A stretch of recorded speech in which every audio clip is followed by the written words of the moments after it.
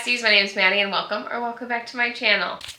So today we are going to be going over the 12 books that I read in September. So I know it's a little late, but I was on vacation and I still want to get this video out. So out of the 12 books that I read, I had a few 5 stars, I had one DNF, and then just some kind of okay books thrown in there. But overall, I still think I had a really good reading month. So I only read 5 out of the 12 books I put on my TBR, but you know, it is what it is. I'm trying my best out here. So the only 5 I read was Scythe, The Secret History, One Dark Window, Catch a Firefly, and a photo finish out of the 12 that I put on, which I mean, we almost got to halfway. Not too bad. And then I also started The Truth We Burn by Monty J. I'm like halfway through that. I'm having such a good time with it. I'm really liking this one more than I liked the first one. And then I also started Unexpected, which is okay, but I'm kind of doing like a soft DNF on it for right now. I'm just reading a few other ones that I feel like are taking more of a priority right now. But other than that, I feel like I had a really good reading month, so let's jump into the 12 books that I read. So I started out my month by reading A Photo Finish by Elsie Silver. I rated this book 4 stars. I thought this one was really cute. So this follows Violet and Cole, and Violet is a jockey for like Cole's ranch. Something along those lines. He does something with the farm business with the horses, and then she obviously is the jockey. They originally meet on like an anonymous website, I guess you could say, where you kind of look up anonymously through like pictures and videos and like chatting, I guess. They don't know who the other person is because they don't show their faces. And they kind of have a relationship throughout that, and then they kind of stop talking because of some reason. And when they do figure out like who the other person is, he cannot stand her. He does not like her. She's kind of confused on like really what's going on, and stuff ends up happening where she needs to move in with him, and it's their little enemies to lovers relationship, I guess. Not really heavy on the enemies, and it's also a little bit of second chance since they had kind of that relationship before, and he is ex-military. I mean, I love this man. He was so grumpy and so rough, but he was just so sweet underneath there, and I had such a good time with it. I think it was so much better than the first book in this series, and I cannot wait to continue on with the rest of them. Then I read Divine Rivals by Rebecca Ross. So I rated this 3.5 stars. Listen, this was not my favorite for some reason. I half read, half listened to it, and I think only listening to it helped me finish it because it was just, I wasn't feeling it. I don't know if I was just kind of slumpy at that moment, but I just was not vibing with these two characters for some reason. So this is a YA fantasy, and this follows Iris and Rowan. They are kind of like office rivals. They both work for this newspaper who they want to like pick the best stories, I guess. And there is also a war going on between these two gods simultaneously. So Iris is like, I am going to go report on the war. That's just what she thinks her calling is. I think she's trying to follow her brother, something like that. Also, there's a magical typewriter where when you type into someone, it shows up on their typewriter. And that's basically the premise, and it just wasn't for me. I don't know why I wasn't vibing with it because so many people love it. It just wasn't for me, so there's just not much I can say about the story. I thought the magical system was very interesting, but I just didn't really feel it between these two characters. I just didn't really care what was happening. I don't know. I just wasn't in it. Then I read To Catch a Firefly by Emmy Sanders. So I rated this book 5 stars. This was a phenomenal romance. So this is an MM romance. It's childhood friends to lovers. It's everything you want in a sweet little romance. I ate it up, left no crumbs. So this follows Lucky and Ellis. Lucky moves in next door when they're like 6, 7, 8. They're small children. And Lucky knows that he is gay from a very young age. He kind of gets picked on, kind of gets bullied throughout like high school and stuff like that just because of being who he is. And he always talks about that he wants to leave this town. He can't stand it. And Ellis has like selective mutism where he just kind of grunts, says a few things, and Lucky just always knows what he's saying. And I thought that premise was so sweet. And it's basically just their story from like when they're in grade school all the way up through like college and like their adult life, and it is so sweet the way these two characters love each other. I mean, I couldn't handle it. It was so adorable. And there is no third act breakup in this, which I absolutely love in a book. Sometimes there's just no need for added drama, and I was just waiting for another shoe to drop, and it was just bliss, and it just healed a little part of my heart. I had such a good time with it. Then I read the Deceptions Trilogy by Rena Kent. So I rated Vow of Deception 4 stars, Tempted by Deception 5 stars, and Consumed by Deception 4 stars. So overall, it's probably like a 4.5 series. I really enjoyed it, and I'm only going to describe what happens in book 1 because it is a complete plot twists in every single turn. Like I was so confused reading it, but I still had such a good time. So this follows our two main characters, Adrian and Winter. And Winter is homeless, and she's just kind of like living on the street, just trying to make it by. And Adrian just kind of snatches her off the street and is like, you are now going to act as my dead wife. And she's like, excuse me. She's like, either I can be homeless with nothing or I can live in this huge house. And like, that seems like the better option. I have a lot of money now. I have a roof over my head. I have food. She's like, okay, I'll choose obviously option 2. I'll be your dead wife. Crazy. He makes her life hell, and he's not morally gray. He's more morally black, and he's kind of mean, but I ate it up the entire time. There's just plot twist after plot twist after plot twist in this. You don't know who to believe. You don't know who's in the wrong. It's wild the entire time. I had such a good time with it. I wish I could tell you what happened in like book 2 and book 3 because I think it just adds to it. And I mean, I had no idea where this book was going to go at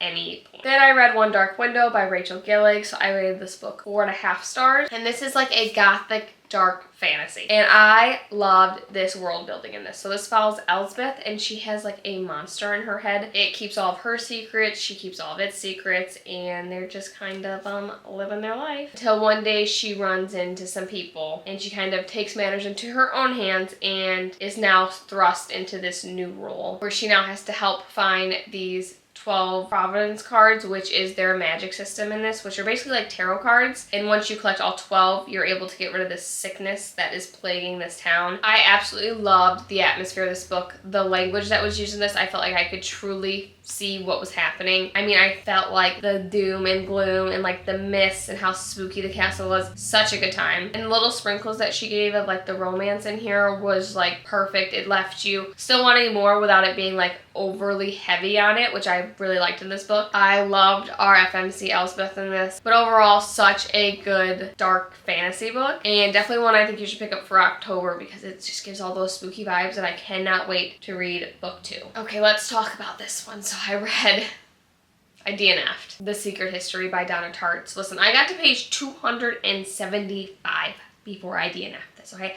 I was trying to give it its best chance, and I just couldn't do it. Okay, I'm sorry if you love this book. Personally, it just wasn't for me. So this basically follows a group of like elite college students and their wonky professor. Then it's like real close knit. They don't let anyone else in this club, class, whatever you want to call it. And it wasn't for me. Oh my Lord. I thought it was so unbelievably slow. Like I was reading for like a good portion of this, and then I started listening to it on Spotify, and I was like, this is not worth my Spotify hours. I'm not doing it. I'm not wasting my time on this. And so I DNF'd it. So I don't rate it because I didn't finish it, and I can't give it a rating, and I couldn't stick it out to read the rest. And I'm gonna be honest, I read like the last like 30 pages of this. I'm so glad I DNF'd. I didn't care. But if you loved it, I'm glad you did.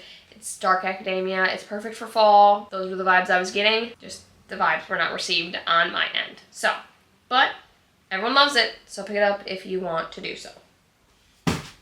Just not for me. Then I read Not in Love by Ellie Hazelwood. So I rated this 3.5 stars. I was sitting on a 4, but I think it's just going to be a 3.5. I mean, it wasn't my favorite Ellie Hazelwood book. So this follows Rue and Eli, and Rue is a biotech engineer at this company called Klein, and Eli and his business partners want to buy Klein for their own business/personal reasons. And she's like, absolutely not. Why are you trying to take the company I work for? I hate that. Hate you.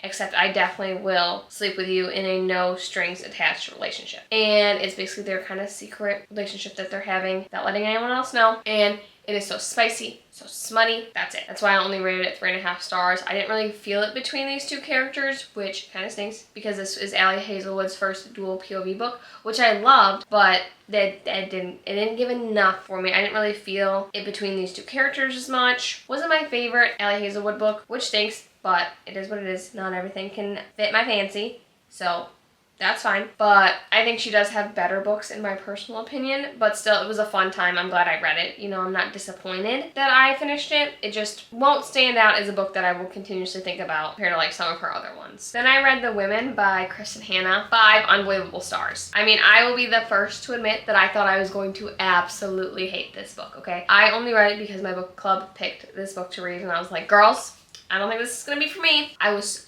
so wrong. So this follows our FMC Frankie. Her entire life, the men in her life have been heroes. They've gone to war, they've done everything, all that kind of stuff. So she's like, I am also going to join the war. So she decides she's going to join the Army Nurse Corps and go to Vietnam. It's basically her story in Vietnam on how absolutely chaotic it is when she gets there, what she sees, what she goes through, and then when she finally gets the opportunity to go home, she thinks it's going to be so much easier. And truthfully, that's when like her war starts, because it is terrible how they are treated once they're home, treated by their family, treated by just strangers on the street, and just her now having to live inside her head with everything that she's gone through in Vietnam. And it was so heartbreakingly beautiful. I mean, I was sobbing every other chapter. Like, I couldn't physically keep it together. Usually, any book I've ever read, I can just power through. I'm like, oh, no big deal. Reading it, it is what it is.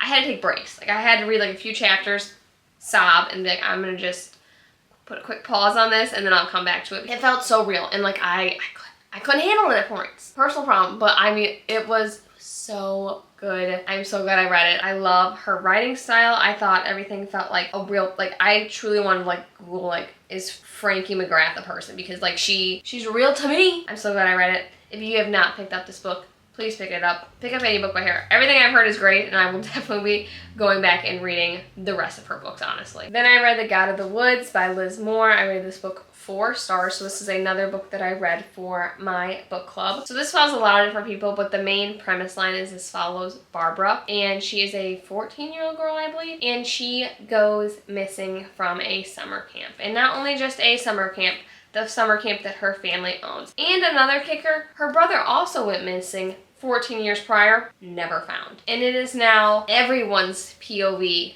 of what is going on, and it is chaotic. It's secrets coming out that like people wanted to keep buried. I mean, there were twists and turns at every point of this book, and I'm not gonna lie, it is very confusing at the beginning because you have about 15 different POVs at one time. So many characters that you're like, who's this? Who's this? Why are they important? Wild. A wild ride. But very interesting. Like, I loved that's kind of how it was done because it made the reader, at least me, confused, which I thought was the whole premise of the story. Like, you have different people saying different things, and that's exactly what happens when, like, something like this goes wrong, you know? But overall, I feel like having the multiple POVs really impacted the ending of this book so much more. Even though it's set at summer camp, it still gives like the creepy vibes because you still have like the creepy woods. There's like a creepy person in this.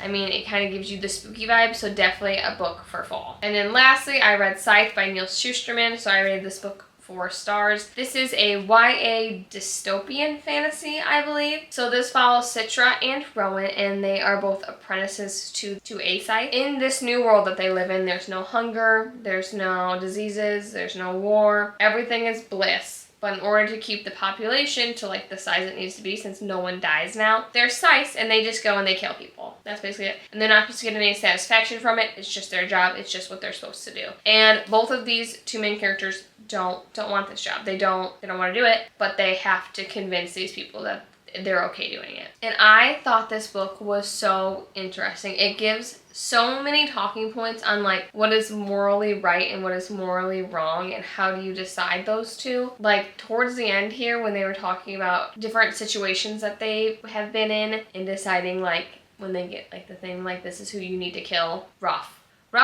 Really makes you think. Very interesting. When I first saw this at Barnes & Noble a few years ago, I thought it was going to be way too high fantasy for me to understand, so I never wanted to pick it up. Come to find out, it's YA fantasy, and I think that always helps me. YA fantasy is my way to go because sometimes I just can't handle high fantasy. I'm not that smart all the time to be connecting so many dots, but this magic system was very easy to understand. I had such a good time with it. Definitely makes you think, and I cannot wait to get into book 2. So those are the 12 books that I read in September. I feel like I still had a really good reading month. I mean, I had a good time. I cannot wait for October. We're a few days into October when I'm filming this, and I'm already loving the books that I'm reading. I'm crossing my fingers that I get through all of my October TBR. Check back in my October wrap-up and see if I did that. Let me know what you read in September. Let me know what your favorite read of the month was. So thank you so much for watching today's video. Make sure to like and subscribe, and I'll see you in my next one. Love yous!